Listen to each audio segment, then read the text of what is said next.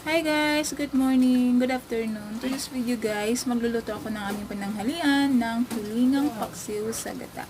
Ang ingredients pala natin dyan guys, dahil Bisaya ako at ayaw ko malalasahang malansa ang aking isdang niluluto, inukumpleto ko na yan.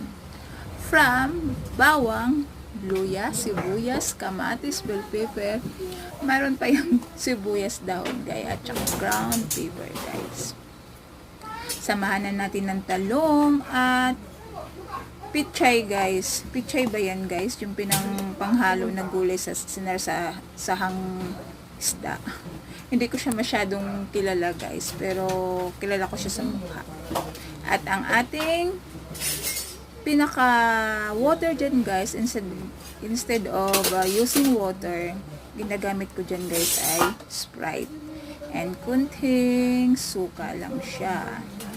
Tsaka, ang pinaka-bida dyan ay ang ating gata.